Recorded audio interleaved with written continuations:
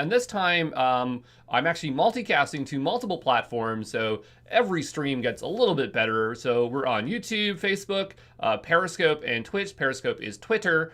And where they exactly are going, I'm not too sure. I might have to make some additional pages, but I just wanted to test on all these platforms. So it might be going on my personal Facebook, which is totally fine by me.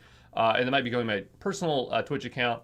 But, we'll eventually figure that stuff out and get this a little bit better set up. You'll also notice on the left-hand side, if I can point to the right direction here and stay within my green screen, on the left-hand side, far left-hand side, I don't know why I can't point. There we go.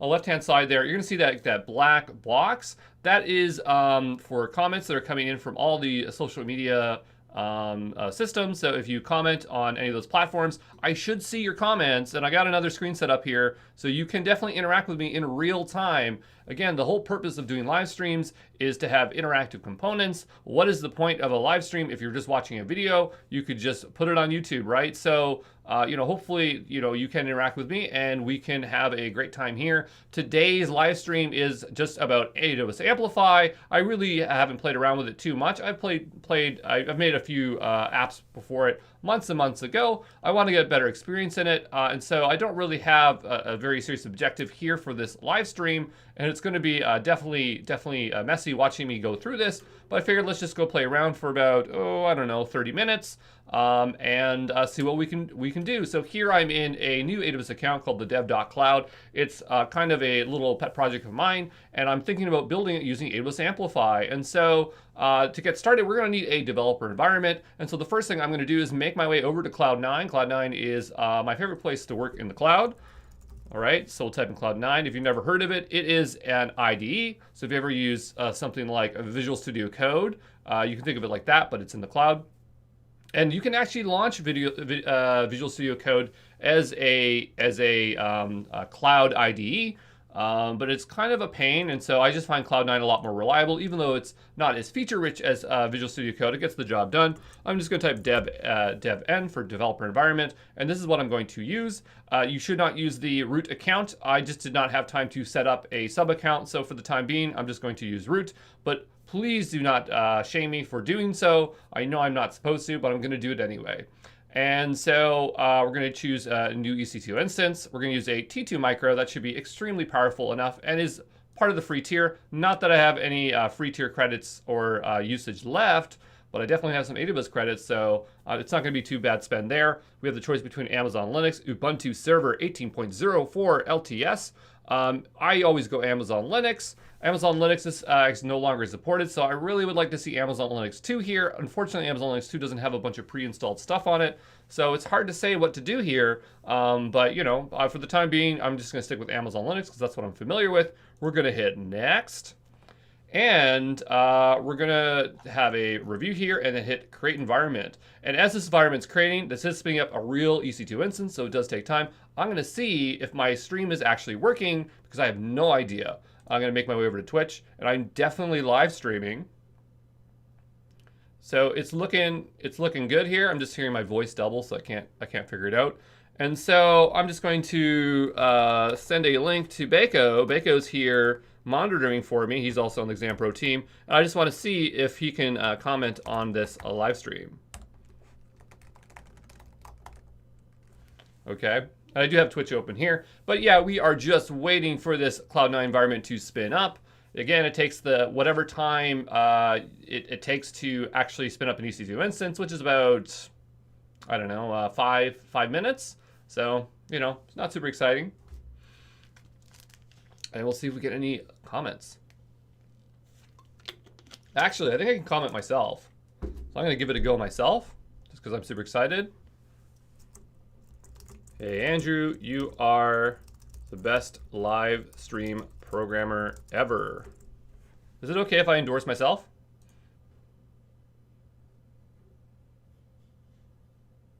There we go.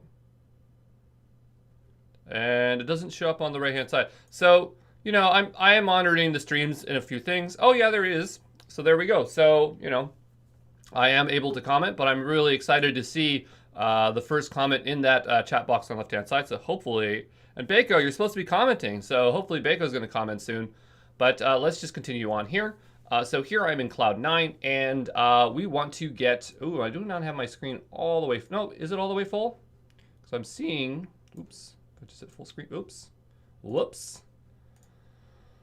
I'm not used to Windows. I cannot stream on my Mac. So, but anyway, we are here in Cloud 9, and the first thing I want to do is make sure I'm in, dark theme. That is good. And we're using a Vim. I need Vim keys just because I am no longer used to a normal keyboard, and that's just how it is. But now that we have Cloud 9, let's get started with AWS Amplify. So I'm going to make my way over to the AWS Amplify homepage and see how we should get started. Again, haven't done this in a while, so I have to do it just like a new user here. Create a new AWS account. We've definitely done that. We're going to need to install the AWS AWS Amplify CLI. So I'm going to copy that, bring that on over to Cloud 9.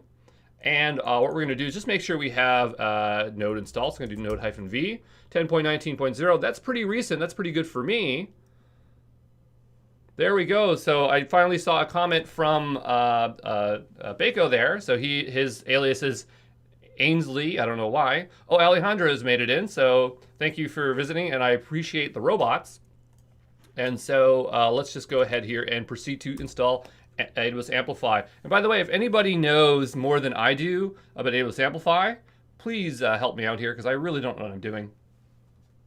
But yeah, we're going to go ahead and install that CLI, and then we're going to figure out how to create our own application here. Hopefully set up some authentication with Cognito. And I really don't know what we're going to do for the front end. I was thinking about using Gatsby, but that's for static site, statically generated site. So I'm just not sure. Like, I'm not sure if Gatsby is only used for static site generation, or if it's also great for dynamic web applications where you have interactive components, because it does have a lot of convenient plugins and it can use GraphQL. You know who probably had the answer to that would be Nader. Unfortunately, I don't think he's aware of my stream. Otherwise, I'm sure he'd be chiming in right here, telling me, what we could do here. But now that we have AWS Amplify installed, or at least the CLI, we can go ahead and configure Amplify. And we're going to see what kind of options we get here. And hopefully it doesn't ask me for my AWS keys, because I'm in my root account, and I do not believe I can generate any keys out for this. I really shouldn't be in my root account, but that's what I'm doing. And we're just going to wait here and see what happens. So sign into your AWS administrator account. Already doing so, so we're already off to a good start. I'm going to hit enter. I'm going to run in US East 1. You can run anywhere you'd like, but I always recommend US East 1 because it has the greatest availability of services, and we're just not going to run into any troubles. I'm surprised it's not showing CA Central. Maybe if I go down, it would. Oh, yeah. But I rarely run things in CA Central, even though I am in Canada, and I probably should. So I'm going to hit enter here, and the next thing we need to do is specify the username for our AM user. So I'm going to call this Amplify user. We're going to hit enter. Enter the access key of the newly created user. So because I did this in Cloud 9, it didn't create the pop-up. So I just have to click this link here manually. So I'll just say open. And so there is the AWS Amplify user. Probably just call it Amplify so it's not redundant. We need to ensure that it has, oh, okay. We'll put user. Maybe I created an Amplify user in this account before, but we're going to have to give it pragmatic access. We're going to hit next. By default, it's checkboxing admin access. Personally, I don't think this is a great option, but I can understand why they did this, because it gives you, it might be really hard to figure out what permissions Amplify should have, but I don't feel that this Amplify user should have administrative access. So maybe we'll come back at some point and then pare down to make this less permissive so it's more secure. But I understand that, sometimes you have to be pragmatic here. But we'll go ahead and hit next. We're going to go next to review, and it's going to have admin access. We're going to hit create, and now we're going to have some keys. And it's going to be really hard for me not to show you these keys. So I'm just going to, what am I going to do? How am I going to do this without you seeing what's going on here? I guess I'm just going to drag this off screen here. Okay. And I'm just going to copy these keys somewhere. So I'm also going to have to drag this one off as well, because I'm not allowed to show you my keys, right? If you can get my keys, especially in my root account, you could do a little bit of damage there. So I'm going to be very, very careful not to expose that information to you. And we'll go ahead here and paste in these access keys. So I'm putting in my access key ID. I know you cannot see it, but that's just the story here. I'm going to grab my secret here and paste it in. Okay, and then I'm just going to call this dev cloud. And then I'm just going to press clear screen. So it's unfortunate I can't show you all those steps, but you know, I just want to make sure that everything is super safe for me. And also, I just want to take a quick moment to try out the chat here.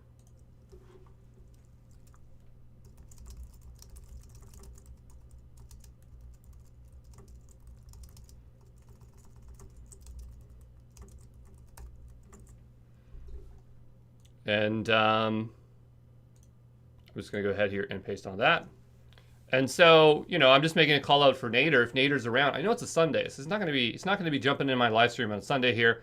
But if we could get the guy that knows Amplify really well, I bet I could get a lot of help there. So, you know, we have gone ahead and added our credentials there. And so now AWS Amplify is set up so that it has programmatic access to AWS, and we can get going here. So let's just scroll on down here, and we have a bunch of options. It depends on what kind of application we're going to build. iOS, Android, Web, React Native. I'm not sure if we can do React Native on Cloud 9 because I would think they would have to leverage iOS or Android, but it is web-based.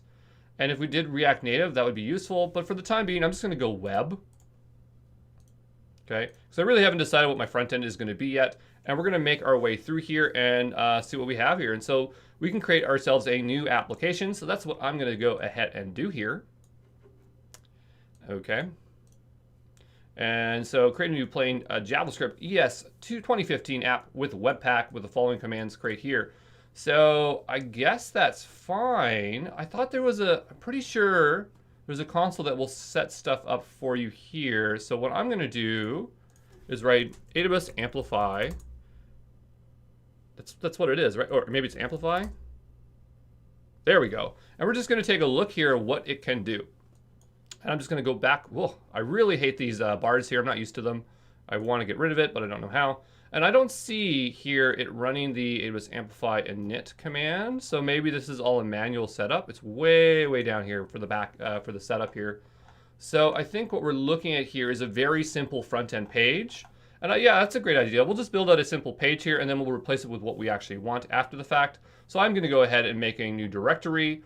And I'm going to call this, I'm going to just drag this over here so that you don't have to watch me read the screen here. And what I'm going to do is I'm going to go back. Whoop, this is driving me crazy. We're going to go back to here, and we're going to make ourselves a new directory, and I'm going to call it dev cloud. And then I'm going to cd into that directory. And what we'll go ahead here do, and we'll just touch some new files. So we'll need package.json. Actually, we're just going to do npm init -y. That's going to set us up a default package.json file. It should anyway here. Yep, there it is. We're going to need an index file, so I'm going to do touch index.html. I'm going to do touch webpack config.js.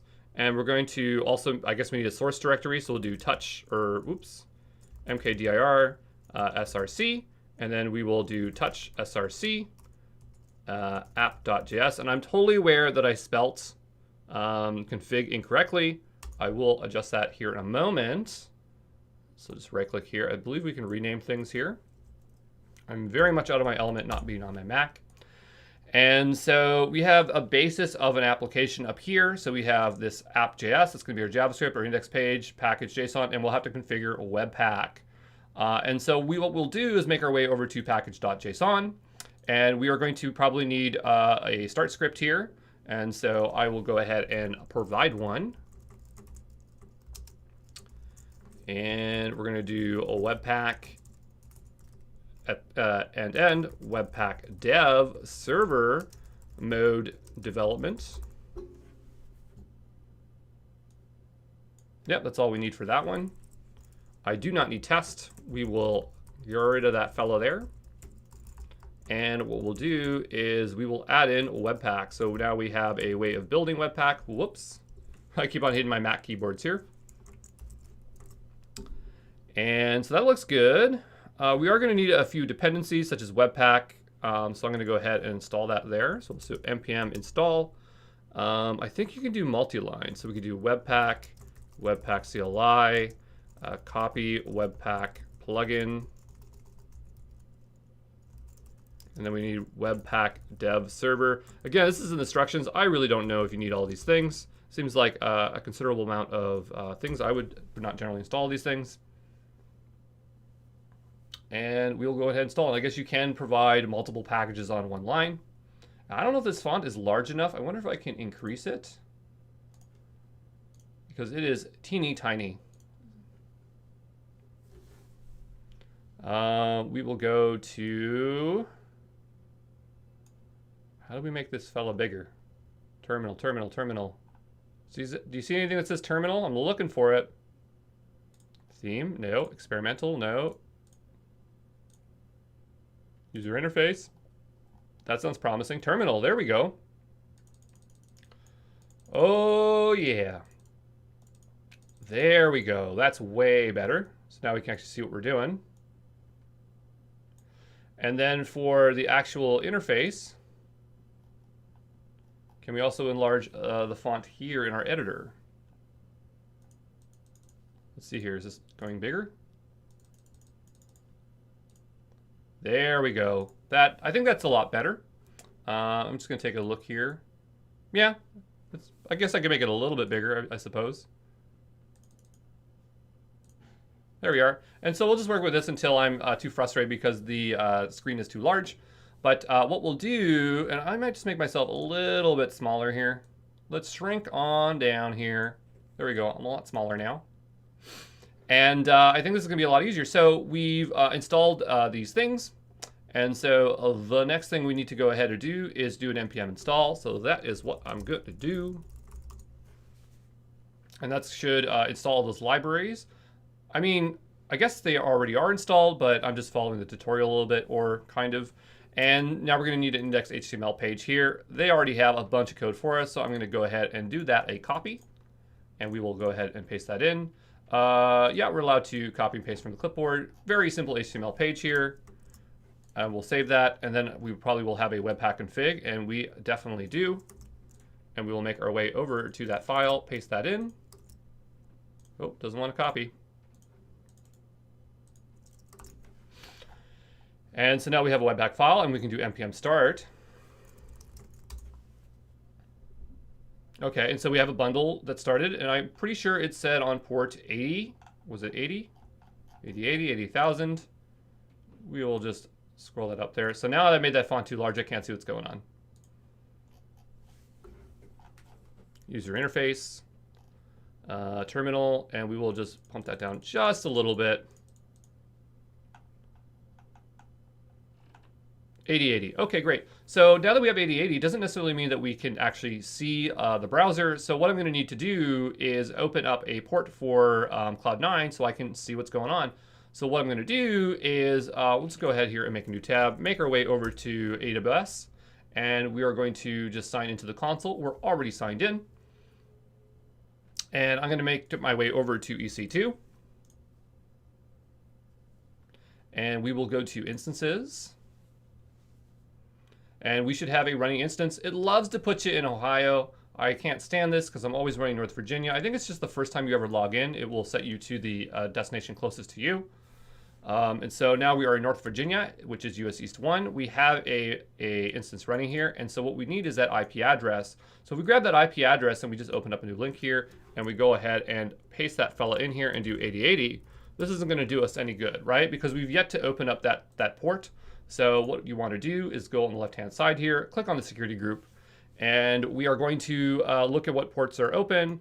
They just recently changed this interface. I'm not a fan of it. So if AWS designers are listening, you're making things harder. I don't understand why. Why is this here instead of in the box? I have no idea. But what we're going to do is add a new rule. We're going to do HTTP, if I can find it here on the left-hand side. You can also just type it. And we want to do this just for my IP. That way you can't access it. That's my IP address. I'm going to just say Andrew's house. Always a great idea to name your inbound rules. Makes your life a lot easier. We're going to go ahead and save that rule. And so now if I go here, I should be able to see something. Can I see something? And did I actually grab the public IP address? That's also another thing, is if you pull the private one, it's not going to help you out. Nope, that's the public one. Oh, you know what? I didn't open the correct port. I definitely did 80. It's just out of habit. So we'll make our way back to our inbound rules here, and I'm just going to go ahead and change this to, I guess, I have to go custom TCP 8080, and we'll go ahead and save those rules. We're going to make our way back to this tab. I'm going to do a refresh, and do we get anything? Fingers crossed. Still nothing. Did I open the correct port? Custom TCP, port 8080, only for this range. I'm going to do a sanity check. I'm just going to say from anywhere. We'll save those rules again. We will do a refresh. So there's definitely something going wrong here. Generally this works the first time I do it, unless this isn't actually running. Nope, this is running. Okay, and so if I was to just open a new tab here, sometimes this is a good way to debug. I usually don't get stuck this early on. We can do a curl -L. I don't know what L stands for, I just know I need to do it. And then we'll just do localhost 8080. And what I want to see is if we get any HTML back. We definitely do. So this is working as expected. But if we make our way back to here, I wonder if we ran this on port 8081. So Webpack change to port 8081.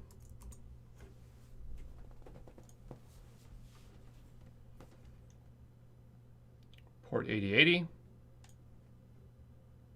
I always forget. So what we'll do is I'm just going to go over to probably Webpack config, because we are using the Webpack server, which I'm not very familiar with. Package.json. Webpack dev server.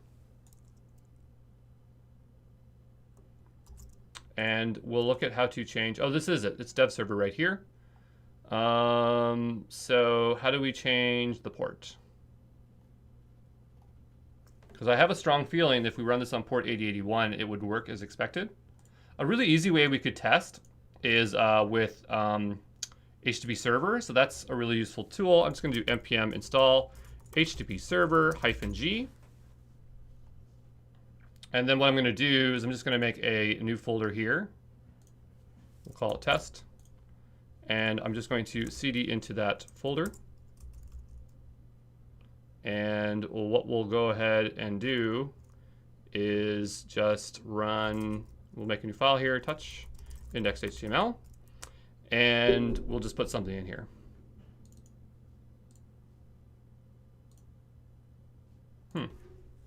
ls.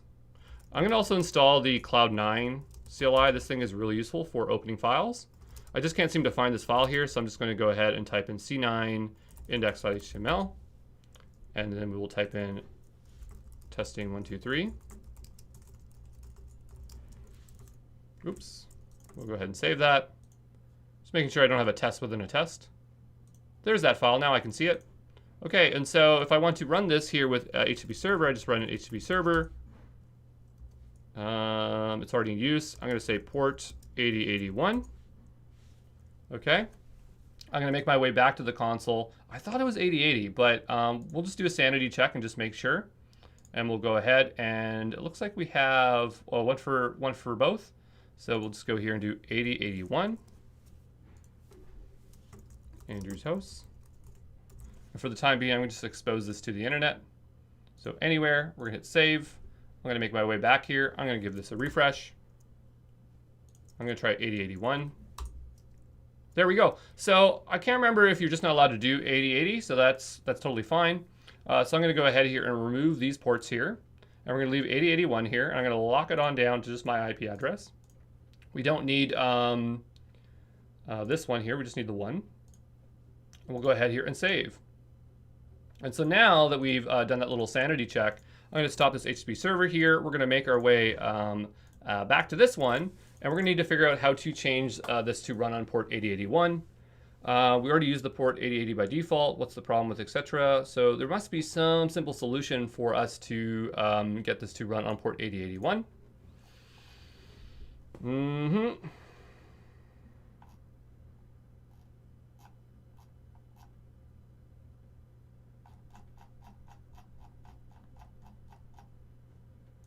If we go up here, we can figure it out.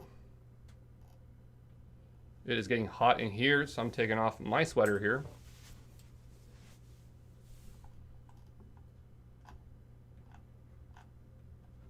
Browser support, usage. So, oh yeah, either the method will start on the local host or port 8080. Web server can be configured by default to support live files we're running. Let's look at the documentation.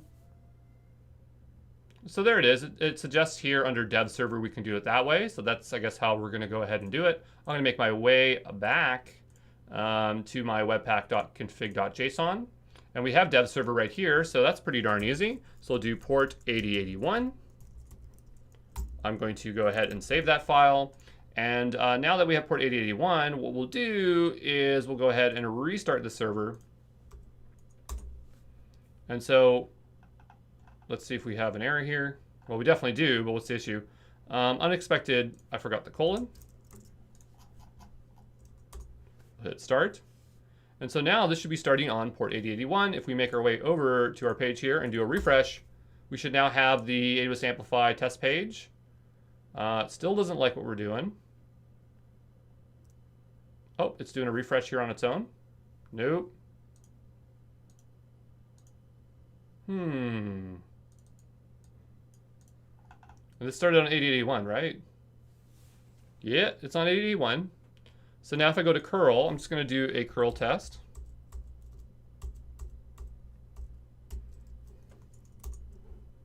Yeah, we get the page back. So I guess I'll go back to EC2 here. I'm going to edit my inbound rules. Oh boy. I'm going to say from anywhere, and we'll hit save. And we'll see if that improves our issue here.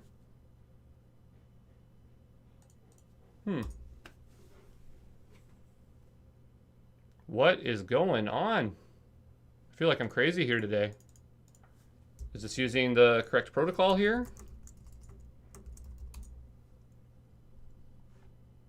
Okay. So if I stop this one, right, and I go back to here, and I do HTTP server, and I go ahead and refresh.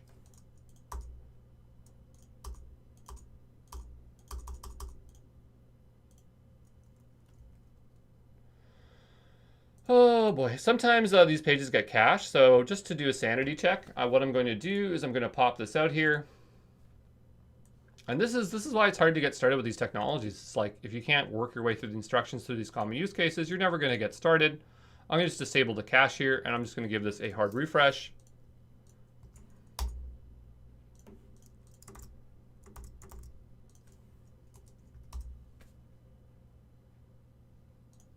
And so what I'm going to do is I'm going to just start this on port 8080. Let's see here. I'm just going to open up both ports. Port 8080. Anywhere. Save. Refresh. Oh, man.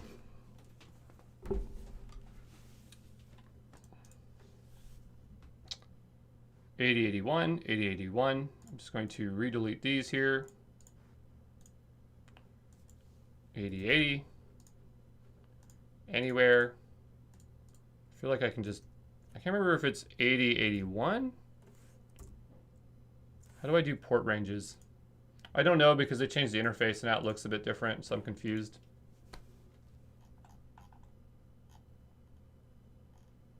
I guess I'll just add them individually here.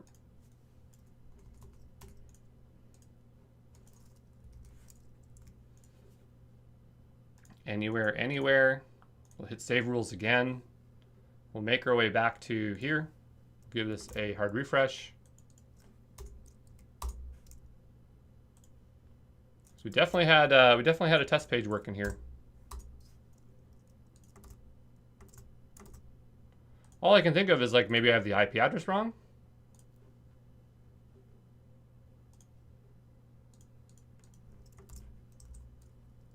$8081. Yep, so maybe the address is wrong. I don't know. So we'll just stop here And this is a common occurrence. It doesn't always happen, but you know, sometimes it does, and you have to just work your way through it. So what we'll do here now is this start it up. Fingers crossed, please show me that page. Can't be reached. So, you know, I'm thinking that it's not my ports. My ports are opened up correctly. There's something with his Webpack dev server that's not allowing me to work here.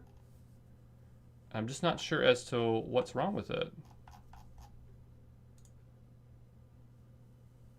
It's very, very strange.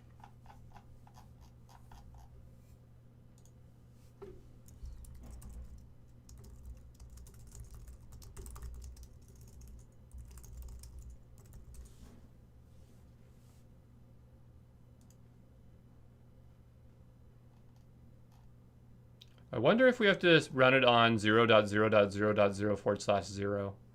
That is another thought I have in my head. That might fix it. So I didn't read it anywhere. I'm just thinking sometimes when I start up servers, I have to bind it onto port 0.0.0/0. So maybe that will fix our issue here. That's probably what it is. I don't know if we can just write it in as bind. Let's just give it a go. So that's what I'm going to do. I'm just going to write, it could also be, sometimes it's host, sometimes it's bind. I'm just going to write bind 0.0.0.0. I don't know if it'll let us do that.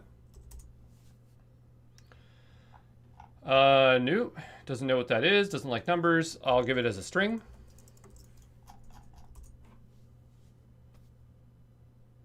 Nope, doesn't like that. We'll try it as host.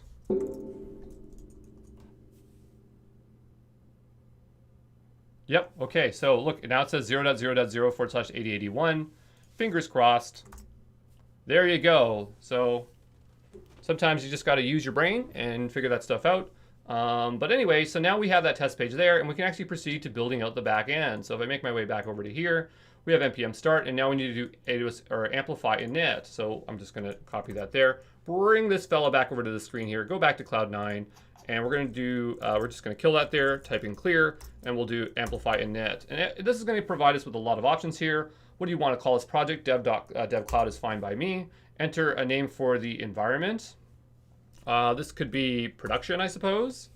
Enter in what visual editor you're using. There's no option for Cloud9. Technically, this is an Atom editor, but I'm going to just say none.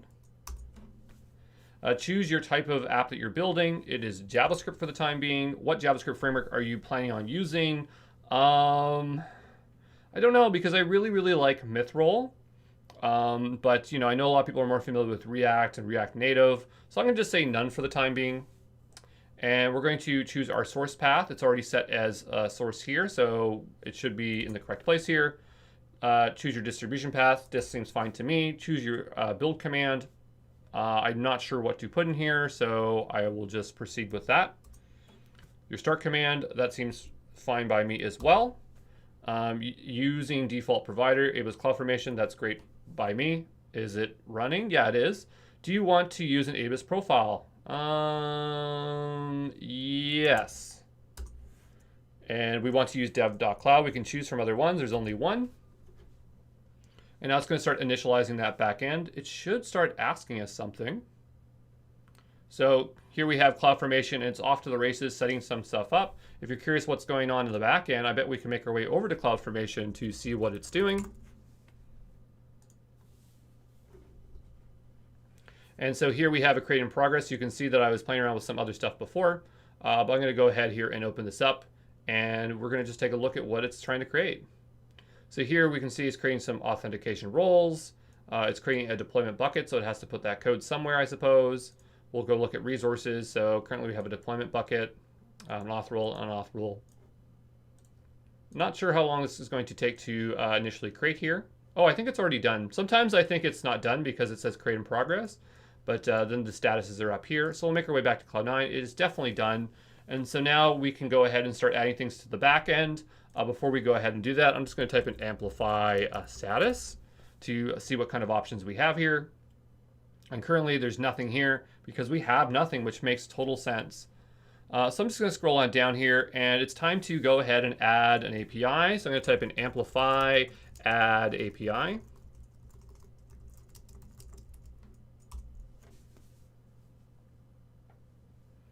And it's going to prompt us for some stuff like GraphQL, REST. Personally, I prefer REST because it's what I'm most familiar with. And because I generally favor REST, I'm going to use GraphQL this time around. Then we need to name our API. We'll just leave it as DevCloud. Use the following characters. Yep, it all looks fine to me. Oh, I guess we can't name it with a hyphen in there. So we'll just call it DevCloud. Choose the default authorization type. We're definitely going to use Amazon Cognito user pools. Do you want to use the default authentication security configuration? Yes, but I want a social provider. How do you want users to be able to sign in? Username, email, phone number. I would say email. Do you want to configure advanced settings? No, I'm done. What domain name would you want? What domain name prefix do you want the cloud or want us to use to create? I'm not sure what it's asking me here. I guess it says domain name prefix. So I don't know if it means the domain name or the subdomain. I'm just going to write an auth, I suppose. Enter your redirect sign-in URI. We'll just say redirect. The value must be a valid HTTP URI / etc. etc. So what I'm going to do is I'm just not sure what my domain name is here. So I'm just going to make my way over to Route 53. And we're going to take a look at what we have over there. And so I'm going to go to Route 53 here.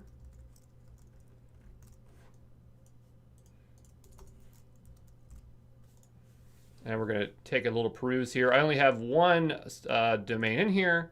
And this is called thedev.cloud. I couldn't get it without the, so sorry to say. Very, very expensive. Maybe if I can raise the money, we can get dev.cloud. That'd be nice. So we need to give it a redirect URI. The value must be a valid URI with a trailing /. Maybe just put this. Oops.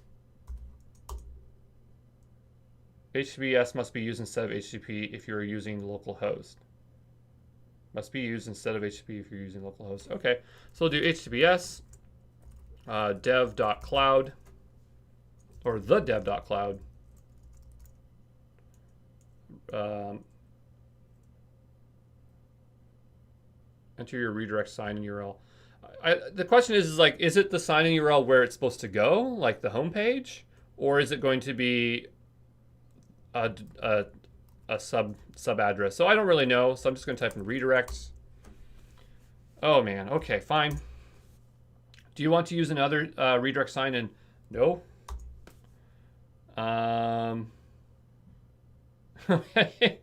So I guess I had to type the word no. Oh my goodness. Somebody, whoever built this CLI needs to give it some love because it's not configured correctly. We'll do GraphQL again. We'll stick with that. Oh, right. We have to name it without a hyphen. We're going to use Amazon Cognito. We're going to use it with a social provider. I'm going to stick with email. I want the default settings. I think we're supposed to put auth here. Enter the redirect sign-in URL, https / thedev.cloud redirect / do you want to use another redirect sign-in? Capital N. So whoever is building these CLIs, can you just make the Y and N not case sensitive? We ran into this issue as well with another CLI, the Elastic Beanstalk one. Have no idea why they would do this. Sometimes the N is capitalized, sometimes it's lowercase and reverse. Makes it really confusing. Do you want to add another enter? Oh, this is the sign out URI. So I just wasn't reading it very clearly. So now that I think about it, I bet that it actually is supposed to be the where I want it to go. So I'm going to redo this here. We're going to add dev.cloud is fine, or dev.cloud. Amazon Cognito, social provider, email, I'm done. Auth, enter, HTTPS. I'm going to just check if there's any comments here. My box has been obscuring it. Oh, Bart's been watching, cool. Oh, they said they're sorry. That's hilarious. So for people who don't know, Bart Castle is also a trainer for or he does training for AWS certification, just like myself, but for CBT Nuggets. He has really, really good content on YouTube. He has like a free series on IAM, and I strongly recommend you to check it out. And I'm hoping he does have inroads to YouTube, because I've been having a really hard time getting my really large free AWS Developer Associate video up on YouTube. So, you know, every day is a struggle. But anyway, we'll just continue on here. So enter your redirect sign-in URI. Maybe it's supposed to be sign-in. I really, really don't know. Oh man, they're killing me with this. Okay, enter your redirect one here for sign out. Dev.cloud sign out. Oh. Man, this is tiresome. Let's try this one more time. GraphQL. Dev Cloud. Amazon Cognito. Social provider. Email. No, I'm done. What's the prefix you want? I think auth. Enter a sign-in URL. The dev.cloud sign in. Do you want to add another redirect sign-in? No. Then we'll do HTTPS, the dev.cloud sign out. I have a feeling that whatever I'm gonna make, I'm gonna restart over again, because I'm gonna learn a bunch of stuff here. Do you want another one? No. Select a social provider. I mean, I want Twitter. We have Google, Facebook, and Amazon. I feel like if I have to choose one of these, I'm gonna have to start setting up one of these providers, which is a big pain. I'm gonna try Amazon. Select the social provider you want to configure. I'm just hoping that if I select Amazon, I don't have to do anything. Do you want to configure advanced settings for GraphQL? I don't really know it that well, so there's no advanced settings I'm gonna be able to set. So I'm gonna say, no, I'm done here. Do you want to have annotated GraphQL schema? Sounds good to me. I don't know what that is. We'll say yes. Provide your schema file path. I don't have one, so I'm gonna hit enter. I guess I can't back out. So maybe I shouldn't have said annotated schema. So we're gonna try this one more time. Amazon Cognito. No, I'm done. No, at least it skipped me part of it. So I'm thinking that it saved a bit of the file here. I'm just gonna take a look here and take a check, because I have a feeling that there is like a hidden file. If you want to see hidden files in Cloud9, you just go down here and hit show hidden files. And we do have this Amplify directory here. I'm not sure if it's easy to make sense of. If we go to project config. So if we made any mistakes here, I'll just be able to go in here and change it after the fact. We are configuring the backend, so maybe we're in the backend configuration here. It's kind of what it looks like. I'm going to close some of these here. And do you want a guided schema creation? Sure. One-to-one, one-to-many relationship. Ooh, I got the burps. One-to-one, I drank a lot of orange juice this morning. One-to-one many relationships. We got blogs with posts and comments. Objects with fine-grained access controls. Well, what do you want me to do? It doesn't say. Single object field. What best describes your project? Oh, it's up and down. Okay. Single object with fields. A to-do list. Nope. One domain relationship. Blog, posts, and comments. So I would say it's that. Do you want to edit your schema now? No.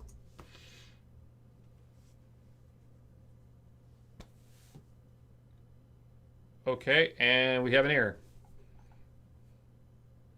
The following types do not have auth enabled. Consider using @auth and @model.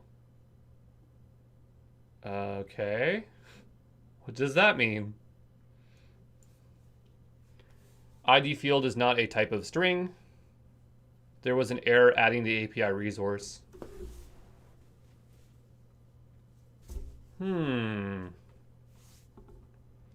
Okay.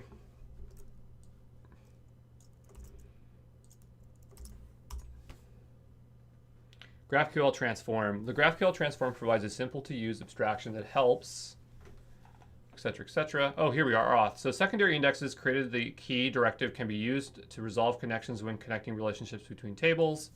Authorization is required for applications to interact with GraphQL. API keys are best to use for the public API ports. auth object type. So it sounds like it might be an issue with Amazon Cognito user pools. I don't know because I do not want to spend all day reading this. But what I'll do is I'll make my way over to Route 53 here, and we're going to make our way over to Cognito and see what we can do. We'll go to manage user pools. I guess it hasn't created one for us, making sure we're in North Virginia. I'm going to check US East too, just make sure that it's not in there. So we've yet to create a pool.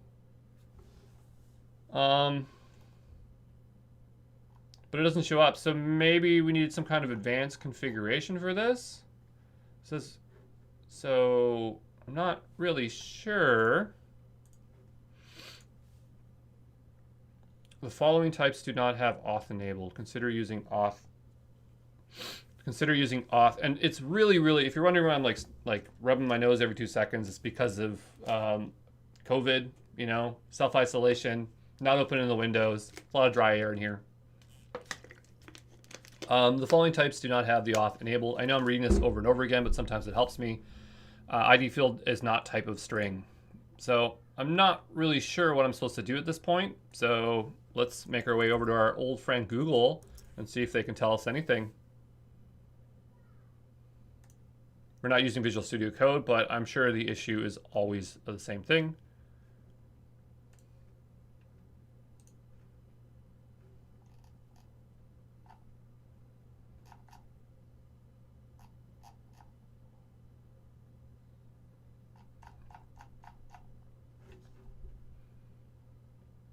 Okay, so I think we're good for time for today. I'm not sure how long we've been streaming for. I'm just going to take a look here. If I can find my live stream window here. So we've been streaming for about 46 minutes, and you know, we got a little bit of a setup in the front end here, but we're getting stuck on the back end here. As you can see, AWS Amplify definitely is promising, but if you are a user and you've never used it before and you just try to jump into it as I'm doing, you're probably going to run into problems such as myself. Probably what I'll end up doing is making my way over to Nader's YouTube videos here. So we type in YouTube, AWS Amplify,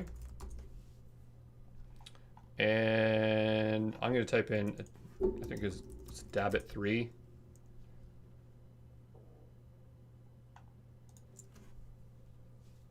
So that's another trick, is trying to find Nader's YouTube. We'll go here. Because he has a lot of good stuff. He has a lot of good stuff that is, oh, that's unlisted too. That's legit stuff right there. What was that? I'm gonna leave that one open. So maybe some of his videos aren't completely public here, but if you go here, there's a lot of great videos on AWS Amplify. So, you know, maybe what I'm gonna have to do is spend a little bit of time here, and then I can rerun through this stuff again and have a bit of context so we're a little bit more productive.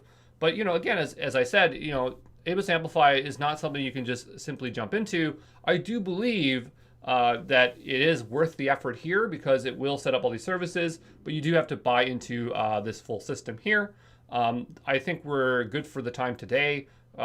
An hour is plenty enough to try to get rolling here. Now, if I had been trying to build out what I want to build out in Ruby on Rails, I could be done it in a day or two. AWS Amplify, it's probably going to take me a little bit of time longer. But I think once that knowledge is sunk, that it's going to be a lot easier to build out applications rapidly. I just don't know the ins and outs of Amplify. So yeah, hopefully you enjoyed this live stream. I'm not sure if anybody is currently watching right now. I don't have a good way of visually seeing that. I'm hoping to get some more overlays here. And, you know, I hope you liked my live stream. I don't know. I think my other live stream was a lot better than this one, but, you know, you got to keep on experimenting and figuring things out.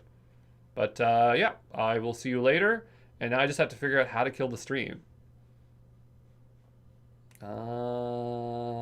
Hit off? Yeah. See you later.